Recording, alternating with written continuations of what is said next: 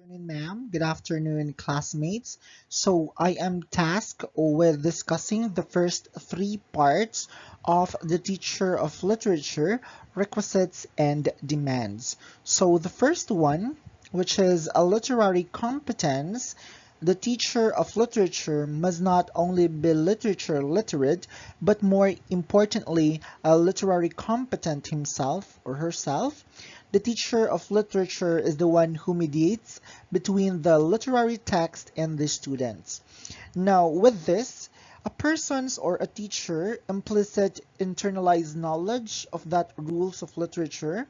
The teacher also suggests that knowledge of a language and a certain experience of the world do not suffice to make someone a perspective and competent reader. Now, the achievement requires acquaintance with a range of literature and, in many cases, some form of guidance with the teacher. Thus, though guidance, teachers should develop their objectivity, seeing the students' development towards a general literary competence.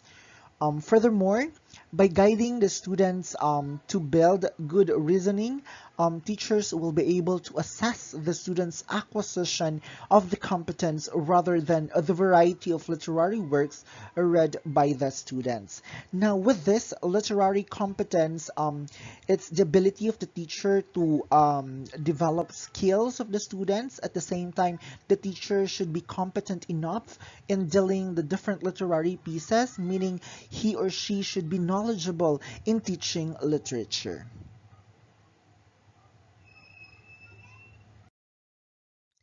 All right, so this time let's proceed to number two, which is broad reading background. Now, what is meant by this?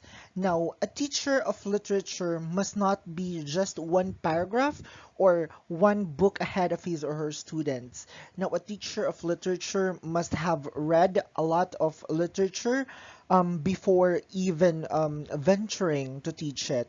Now, broad reading background of teacher is teacher's understanding of the specific concepts, situation, and problems associated with the words encountered in the text. Now, knowledge of the topic provides readers enough understanding to make meaning and build into what they currently know. Now, teacher of literature must transport the students out of their current situation into other periods and places.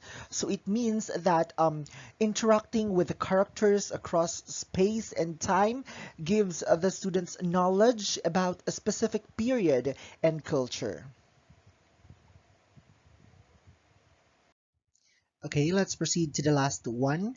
Now, love for literature. Now, love for literature, this means that the students must sense that their teacher in literature oozes with love for literature in the way that he or she discusses literary text, gives ready examples, quotes lines or of poetry, or passes from fiction or drama or talks about the authors. Now, when we say love for literature, it is when the teacher exercises the students' imagination. Now, in here, the students can infer that the teacher is a huge fan of literature when the students enjoy stories wherein it is a pleasure for them to meet new characters and to live in their worlds. And the teacher of literature lets the students experience joys and sorrows through the different literary pieces introduced by the teacher. Now, in a practical sense, the active value of imagination of the students helps perceive truth, make value judgments, at the same time deal with the complexities of lives in a creative ways. Good afternoon, ma'am. Good afternoon, classmates. So I am here to continue about our topic on teacher of literature, requisites, and demands. So another demand for a teacher of literature is emotional maturity and experience. So this means that certain topics and themes in literature need to be handled carefully and tactfully. Tactfully means having a keen sense of what to do or what to say without moralizing or pontificating. Pontificating means expressing opinions in a pompous or arrogant way, or without passing judgment on people, their religion, race, gender, or class.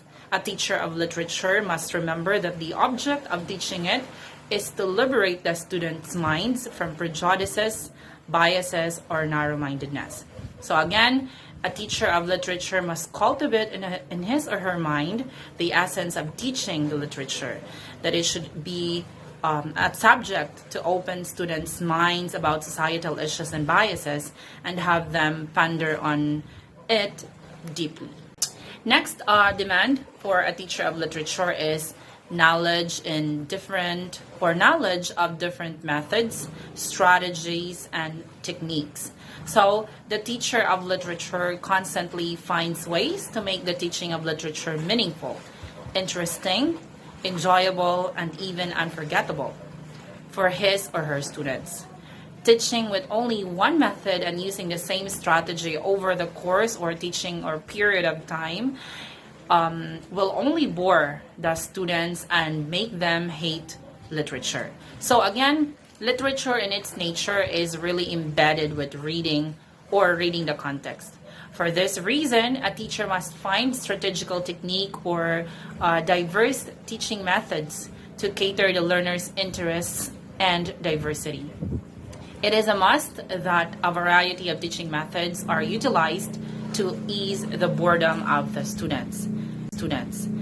And lastly, lastly, another requisite or demand for a teacher of literature is knowledge of students' reading ability, language ability, and interests. So this means that the teacher must know where the students are coming from. That means knowing their ability level, what they have read, if they like acting, singing, writing, debating, and the likes, and what habits and hobbies they have. This is catering students' diversity and their field of interest. With this, by knowing the students' background and interests, will help you as a teacher to recognize the suitable teaching pedagogy to use and to help them be interested in learning literature. So that will be all for the teaching or a teacher of literature requisites and demands. Thank you very much for listening.